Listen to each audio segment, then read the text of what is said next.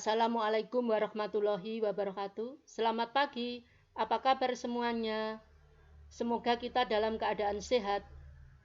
Pada kesempatan ini, kita akan belajar bersama saya, Bu Farida Andriani, pada mata pelajaran Simulasi dan Komunikasi Digital yang lebih dikenal dengan istilah SIMDIK. Dengan materi pada bab pertama, yaitu tentang logika dan algoritma. Adapun tujuan pembelajarannya adalah menjelaskan konsep logika dalam komputer, menjelaskan konsep algoritma dalam komputer, menerapkan algoritma sebagai dasar bahasa pemrograman dalam komputer, menerapkan fungsi-fungsi perintah dalam algoritma, dan mencontohkan bentuk algoritma flowchart suatu proses dalam kehidupan sehari-hari. Sebelum kita belajar lebih lanjut, ini ada masalah seperti ini. Pada waktu saya link menggunakan alamat yang salah ini, muncul situs seperti ini. Muncul masalah seperti ini. Situs yang ingin Anda kunjungi tidak dapat ditemukan. Apabila saya gunakan link yang seperti ini link yang benar, ternyata bisa masuk. Mengapa demikian? Ini ada hubungannya dengan program.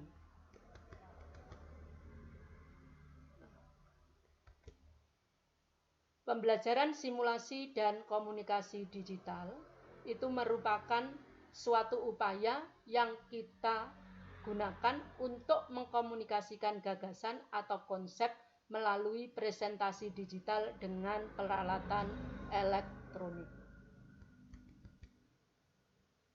Pada dasarnya, komponen utama pada komputer itu terdiri dari 4 bagian, yaitu input, pemroses, memori, dan output.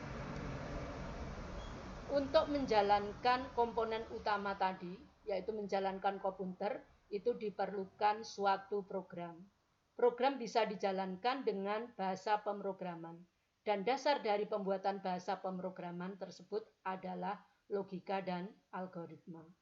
Maka pemahaman logika dan algoritma itu penting untuk pembelajaran komputer. Pengertian dan fungsi logika. Pengertian logika secara umum itu merupakan bentuk pemikiran dan penalaran tentang suatu masalah, di mana akan menghasilkan kebenaran yang dapat dibuktikan dengan akal. Fungsi logika itu membentuk pola berpikir rasional, kritis, lurus, tertib, dan metodis.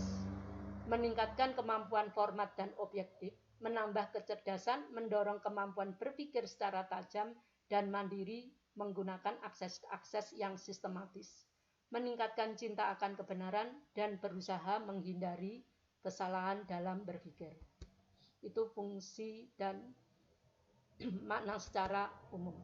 Fungsi logika dalam komputer adalah sebagai dasar belajar bahasa pemrograman, struktur data, kecerdasan buatan, sistem digital, basis data, teori komputasi, rekayasa perangkat lunak, sistem pakar, serta jaringan saraf di ruang. Sebagai contoh, ini membuat gerbang logika dan arsitektur komputer sebagai inti mikroprosesor, otaknya komputer atau Central Processing Unit pada sistem digital. Pengertian dan fungsi algoritma. Algoritma merupakan urutan langkah-langkah logis dalam menyelesaikan masalah yang tersusun secara sistematis dan logis sehingga dapat ditentukan penyelesaian itu bernilai benar atau bernilai salah. Dalam ilmu komputer, algoritma merupakan langkah-langkah komputasi terdiri dari masukan dan keluaran sebagai dasar bahasa pengantar pemrograman agar prosedur dapat dijalankan. Fungsi dari algoritma itu memperkuat cara berpikir kita untuk menyelesaikan masalah, membantu otak berpikir lebih panjang, memperkuat analisis ketika membuat program, memperluas space kita dalam berpikir.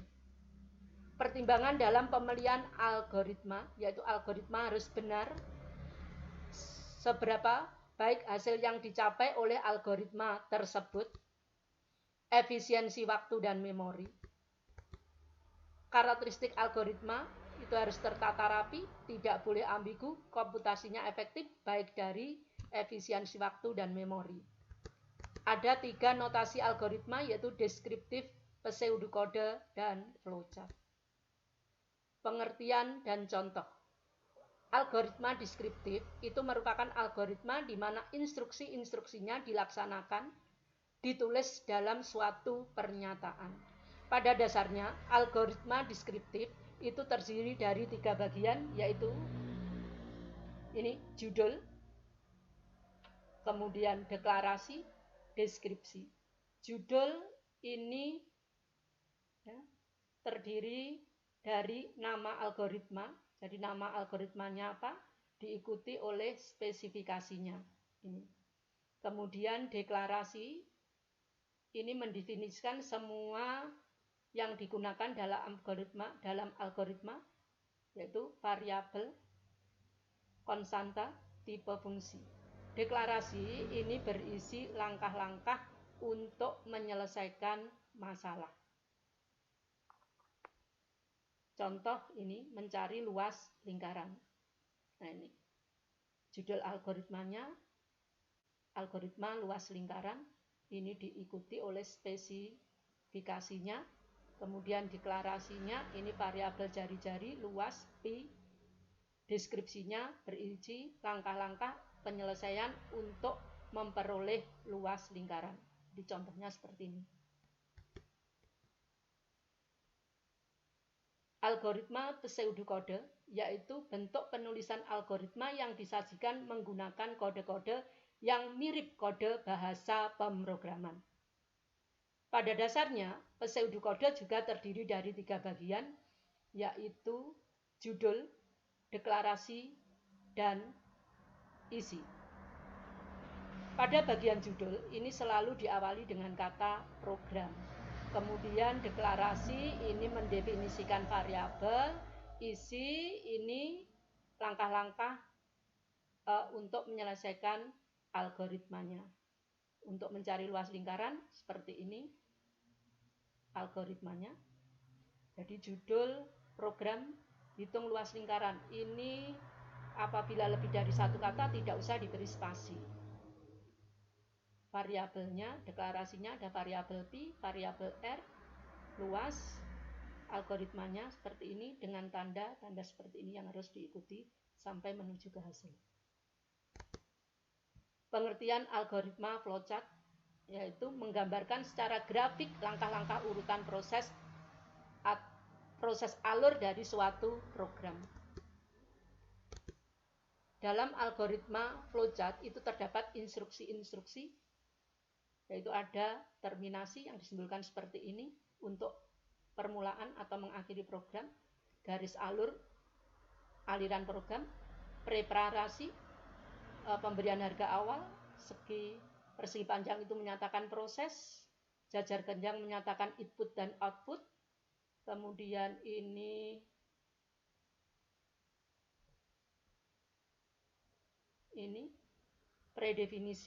predefinite proses menunjukkan pelaksanaan suatu bagian proses. Ini decision. Kemudian on-page connector, off-page connector, on-page connector untuk satu halaman, off-page connector untuk halaman yang berbeda. Jadi menghubungkan ke halaman yang berbeda. Saya beri contoh ini mencari luas lingkaran. Ini dimulai dengan tanda start, mulai dengan simbol ini. Kemudian ini pemberian harga awal diberikan simbol persegi 6. Kemudian input dengan jajar genjang. Kemudian proses, masuk ke proses.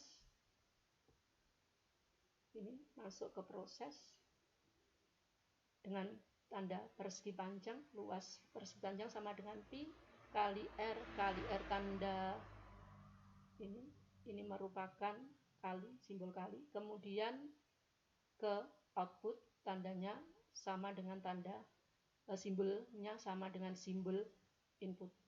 Ini luas lingkaran masuk ke finish. Jadi yang tercetak nanti luas lingkaran.